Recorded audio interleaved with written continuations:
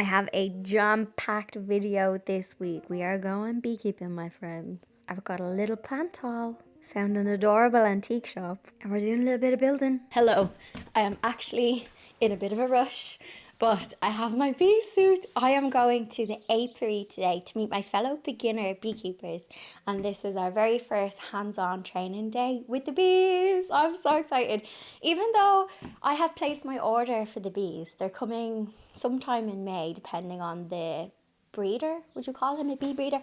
Bon, I was going to try this on for you, but I literally have to leave now. I will show you me in my bee suit. It's quite funny, but anytime I wear it, Bon climbs me because it's made of mesh. Because bee suits, I got a mesh one, you get very hot in your bee suit, hot and sweaty. So all I needed to bring today was my suit, my gloves, which are a bit too big, and my welly boots, and hopefully I won't get stung today, but I actually need to get stung to see if I'm allergic. I've been stung by wasps. Actually, I'm going to leave it on the hanger. It'll be easier in the car. I've been stung by a wasp. I have never been stung by a bee. I kind of need to get stung to make sure I'm not allergic. And if I get stung in the company of beekeepers, all the better, because they'll know what to do if I did get an allergic reaction. But I don't think I do. No one in my family does, but I don't think that makes a difference. But I have been stung by wasps before, and I didn't die. I'm here. Okay, let's go. I'm so excited. Now, before we get busy down the apiary, here's a quick word from our sponsor of this week's video. It gets very sweaty in my bee suit, which is why I have partnered up with Wild. Wild are on a mission to change the way people use bathroom products. They have created deodorant and body washes that come in reusable cases with compostable refills, so there's no need for single-use plastic. All of the ingredients are plant-based, vegan, and cruelty-free. Wild are also committed to protecting the environment, and every purchase helps them to plant trees and grow the wild forest. So far, Wild have saved over 200 tons of plastic from going into landfills and want to make it easy for everyone to be eco-friendly and help keep our planet wild. Now, I am most excited for the limited edition case. So spring is here and the bees are out and about, and now it is time to get your hands on the limited edition Emma Bridgewater case. Bees are the most requested design by the Wild customers, so they have used the iconic bee motif designed by British pottery brand Emma Bridgewater. And did you know May is actually International Bee Month? Now for the good news, I have you a discount code. Use the discount code Dainty 2024 at the checkout for 20% off all of the products. However, the code is only for a limited time only. So click the link in the description of this video to learn more and shop the full range. Shipping is also worldwide, so get your wild wherever you are.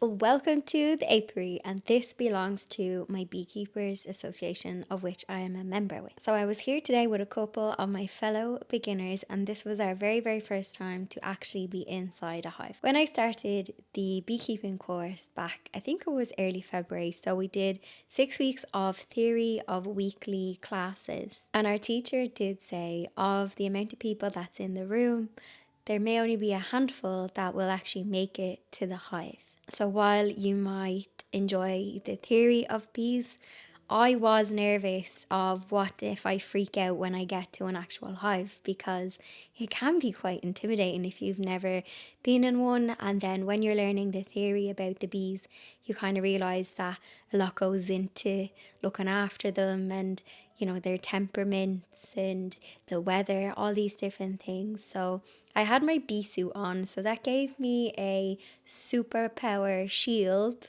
So I felt, okay, you can still get stung in your bee suit, but it just means that when you open a hive and maybe there's 20,000 bees, when you have your bee suit on, you might only get 1 or 2 stings instead of 20,000 stings. So after my time in the apiary, I actually had another beekeeping adventure, which the Beekeepers Associations, they have some social calendar, I'll tell you. So I actually went to visit an orchard up in Drogheda with some beekeepers from the other associations, not just my own. And it was such a lovely afternoon because I would never just stroll around an orchard. This orchard also had bees on site, and we got to talk to the beekeeper.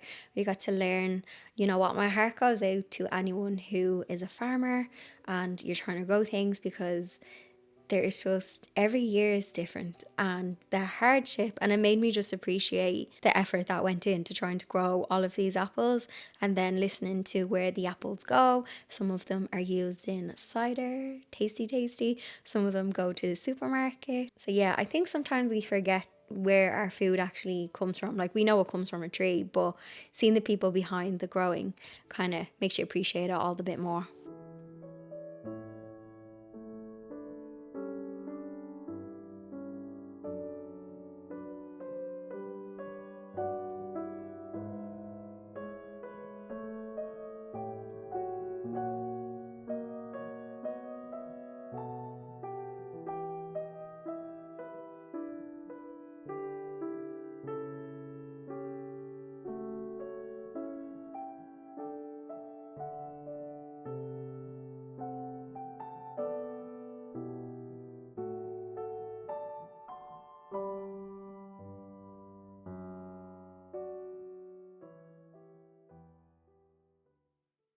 So my workbench is looking a bit messy, and I have two kittens running around with the little thing that was on the box. But anyway, so I am assembling frames for a super. This is a super, and this sits on top of the brood box.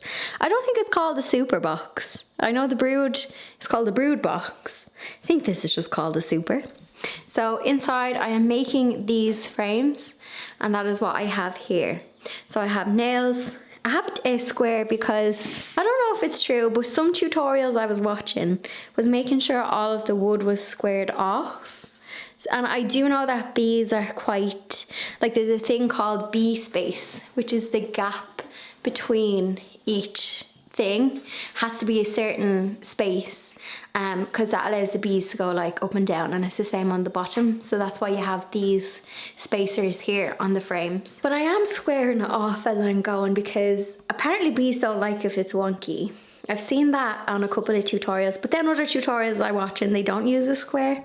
So I have, this is the top bar, and a little piece comes off here. You take this off, you'll see in a second when I make a batch of them. And then you have two side pieces, and then they face inward with a little groove, because we have a sheet of foundation, of wax foundation that goes inside, and this just gets the bees started. And then there is two bottom pieces which you'll see me stick on, and then you have sheets of wax foundation. You don't have to use this because the bees will, oh, that one's broken a little bit. You don't have to use this. This is just a wax foundation, and the bees will make the little honeycomb thingies. That is the correct term. No, it's not. They will make it anyway, but this just saves time. So if I get a young nucleus with a new queen, it means that they're spending less time building the foundation, and they can bring all of their forage nectar in, and they'll build this up. I think they build it out. I've heard that phrase a few times, and they'll build it out. I think, is that the phrase? I don't know. I shall learn. So that is what I'm doing. I do actually have to do it for the brood, but I decided I'm not gonna, if I can get this super box done today, I need to paint the outside, then I will do the brood frames, and you'll see the difference between the brood and the super, because the brood frames are bigger so that they can accommodate more like eggs and more room for the queen and more bees. So that is what I am doing. So I'll do a little time lapse of me making a frame, just if you, yeah, because I did have to go on YouTube to see how to make a frame.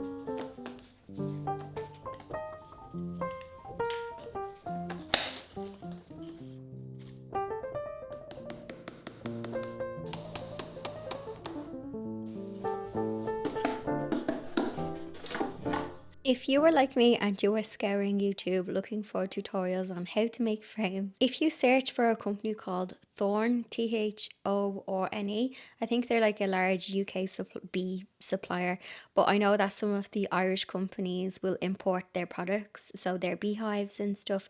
They have really good YouTube videos if you are looking for something simple that is straight to the point. A video that just shows you how to assemble the frames. I play that in the background, had to replay it a couple of times. I find the fiddliest bit when assembling the frames is putting the last bar on, because I feel like I have to angle the nail a little bit, or else my nail is too long and I need to get smaller ones when putting on that last bar, but I find that can be hard to tack on. I timed myself and it took me 8 minutes a frame. So you might be quicker than I am. I've also seen, when I was going down the YouTube rabbit hole, there was people had jigs. There was beekeepers, I think they were in America, and they had these jigs so you could make 10 frames in 10 minutes or something. But I don't have to make too many frames this year, so I probably will only have one, maybe two super boxes if I'm lucky. The more super boxes, the more honey. But because I will have a young hive this year, fingers crossed, all going to plan, I will probably only need one super. So I thought it would be good experience to assemble the frames. If you don't want to assemble them or you don't have the time, I noticed that some of the websites, like the Irish ones, they will sell you the frames ready made. Now, of course, that will cost you extra money. So if you want to save pennies, take an hour or two out to do some frames. Quite meditative after a while. So let me know if you have made any yourself. I also painted the box to match the hive. You would have saw a couple of videos back, I assembled and I made up the hive. I still have to make up the frames for inside the main hive, which is where the brood box is. But that will be for another day because I think I'm all framed out of it. I also popped into the greenhouse to check on the seedlings, and I put on a batch of a couple more seeds because the soil is so moist, and yep, I don't have to tell you that the weather has not been great this spring. I find my seeds are quite slow to get going. So while the packet of seeds now will say April, May, you can directly sow them into the ground, I'm afraid they're just going to get washed away. So I'm starting off some poppy. Normally poppies, you can just scatter them into the soil and boom, they will take off. But I'm going to see if I can grow them in the little pots so I can put them into the wildflower meadow that isn't starting to work just yet. But it'll give me a bit more control on where they pop up. And I'm also going to sow some chamomile because I love it for chamomile tea, and it's great to dry out. It's also nice in bouquets too.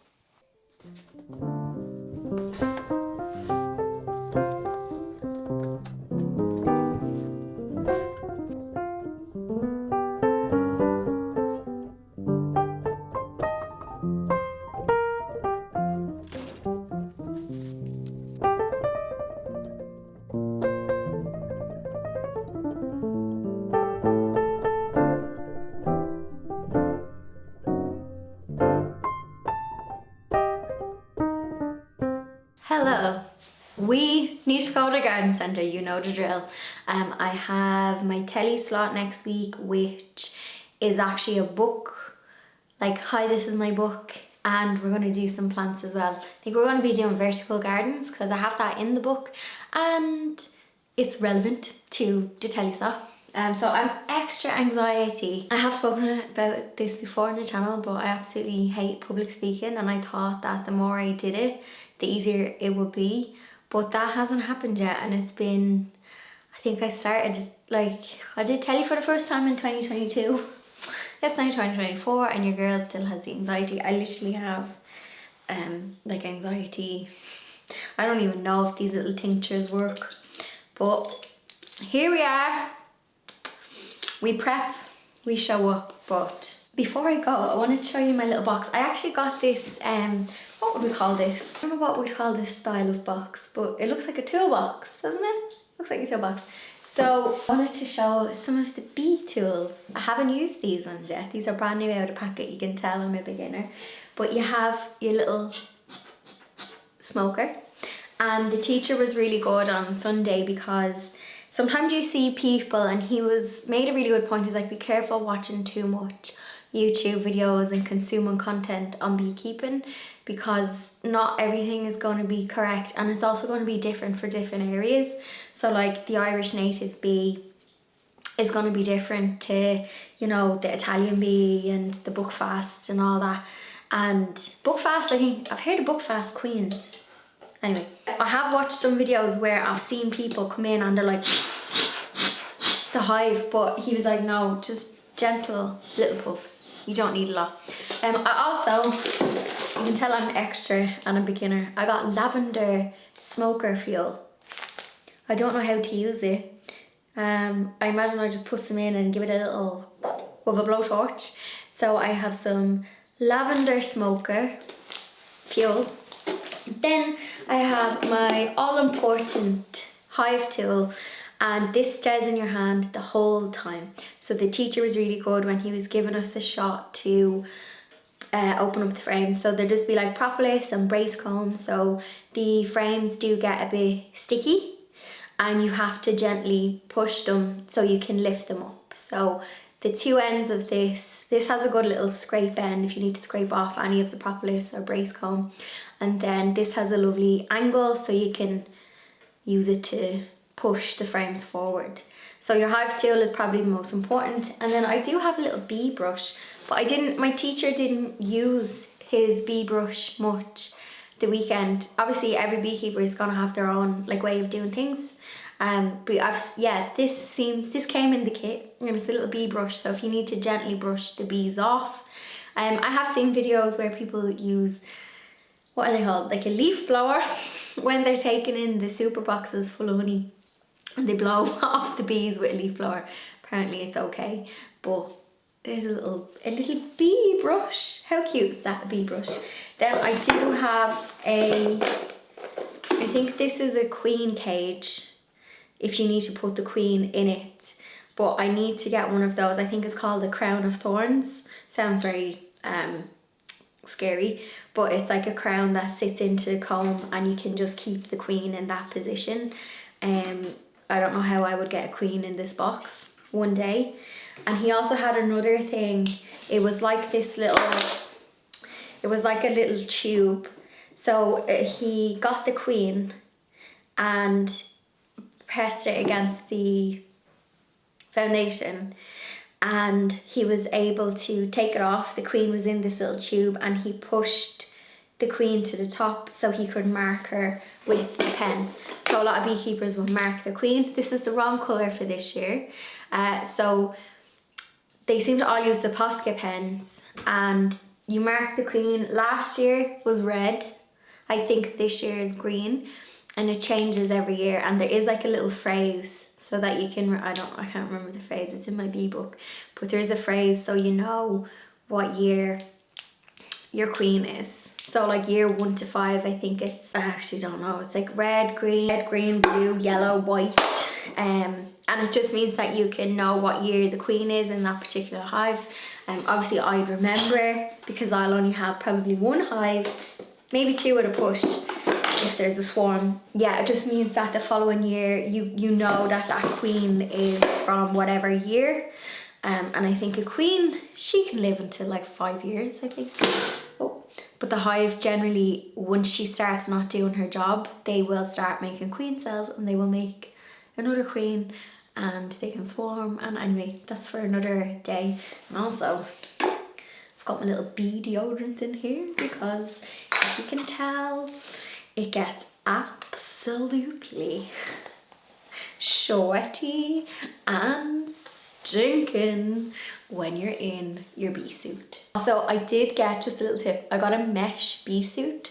So if you're in a hot climate, or you just get hot like me, and you get like a bit flustered, which you don't want to feel when you're around the bees, if you can get a bee suit that has mesh in it, it still has extra lining on the areas where you're more prone to stings, but it's like a triple layer mesh, so it allows a draft to get in. I know Ireland isn't really hot in summer, but we do have our days, and they're the days I don't want to be overheating in my bee suit. So let's take my anxiety medicine, holistic, and let's go to the garden centre. Okay, so I took a happy accident detour. I was on my way to Monaghan's Fuel and Garden Centre because someone had recommended it, and it's not too far from the orchard in Selbridge, which is where I find myself normally going. So I decided to change it up. On the way, it was raining, and I ended up popping into Straffan. So just near Barberstown Castle, there's this beautiful courtyard, and I was here once before, but there's an antique shop, a tea room, and a little mini art gallery, and they sell pianos. And there's the most adorable little gift shop. So I came in here to get away from the rain and to get a coffee, but I found lots of beautiful treasures. So if you are in that area, or maybe you're passing through, I would bookmark this and pop in and have a cup of tea there, because I just think it is a little hidden treasure. For miles in spring, rainbow trout and hummingbird wing. Golden, I'll follow only golden. Golden, golden things. Gold hair, gold rings, gold leaves, gold anything, golden. I'll follow only golden.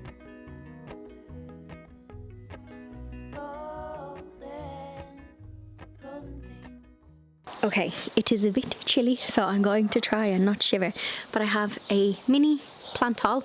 So some of these are telly plants and some of these are my own. So I'm going to start down here, and apologies for the dog barking in the background. I don't know where the poor dog is barking from. I do have some Bacopa and Alpines, and these are to go in the vertical planters for the telly.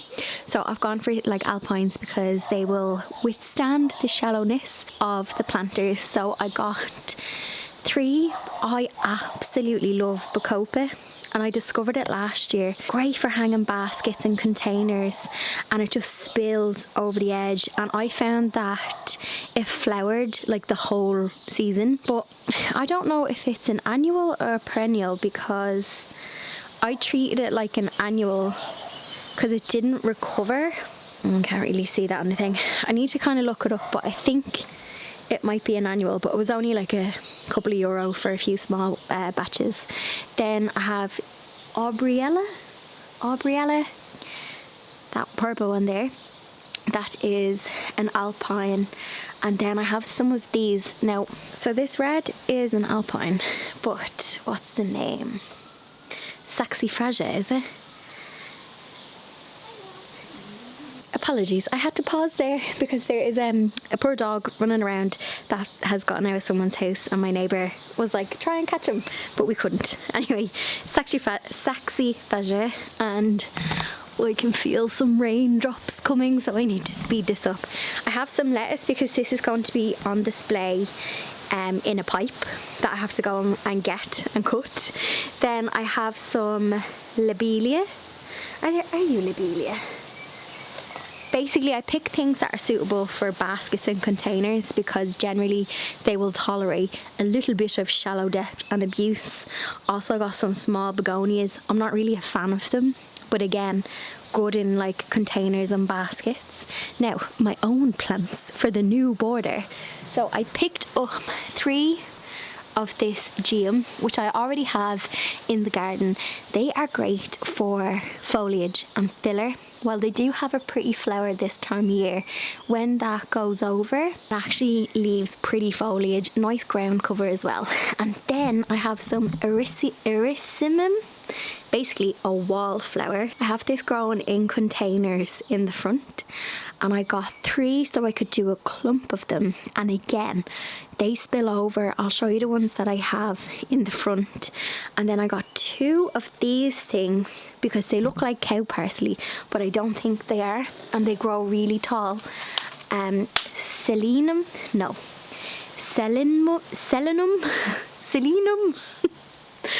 Wallichuanum. Herbaceous perennial, large umbrellas of white flowers, and flowers from July to September. So they kind of look like wild carrot and cow parsley, and I thought they would be great for height, and it gives me that lovely cottagey vibe. And then I got some more bug houses for the front because I thought they'd be nice. Like, imagine these dotted in amongst them, look really cute. Then I picked up these things. They're actually advertised as bird seed holders, but they're the perfect shallow depth for a bee drinking fountain. So bees obviously can't swim, so when there's water in this, it will stay shallow enough so you can, that's how thick it is. So even if I put a couple of pebbles in it and it fills up with rain, this is perfect for bees to drink from. And I picked up 2 of those. They did have some ceramic ones, but I just like the depth of these. Sorry for my camera not zooming. Also, I don't know if you can see, but the deutzia, I think that's the name of it, is flowering, and it is starting to look amazing. I do think there's a wild tree growing amongst it that I need to prune out, but this is, let me just zoom back, one of my favourite shrubs in May. And once, because my tree flowers in February and then it does be gone, and then this bush comes into action and it just looks perfect. Also, here's the wallflowers that I was telling you about that are growing in this bucket. So I just need to deadhead them. They were looking amazing a couple of weeks ago. Oh, here's the rain. So I just need to deadhead them. And there is my bacopa. See it here?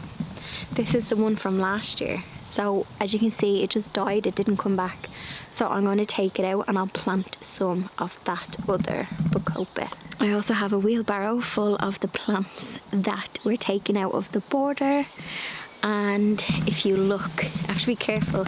I'm trying to film in a way that you, like, I don't share my neighbours' houses, but there is the raised beds that have been filled, and I now have so much planting space. I'll try and insert a picture that I have on my camera. So yeah, I'm quite excited to fill this. Also, I don't know if the autofocus is breaking on my camera or if it's, I don't know. I think Mercury retrograde is done, no? Is it autofocusing? It is. I've just come back inside with my tea. So that's my lot for this week. If you have any bee questions, I'm not an expert, but highly suggest joining your local association, because there'll be different tips and tricks for different climates and zones. Obviously Ireland is very damp and moist, so that's it. And my memory card is gone again. I feel like this happened 2 videos ago. What is it with my memory cards? Why can't I clear them before I start recording? On that note, I will leave it there. Also, when this video goes up, if you're in Ireland, or possibly UK as well, I did spill me tea, books will start arriving through your letterbox. If you placed a pre-order, you've probably actually got them already. Let me know when you receive yours. I always check in on the comments, so if you're watching this like a week or 2 later after it's gone up, let me know when your book arrives. I hope you enjoy it. I really do. And yeah, I'm excited for you to start opening it up. I poured my soul into it. Anyway, I'll see you in the next video.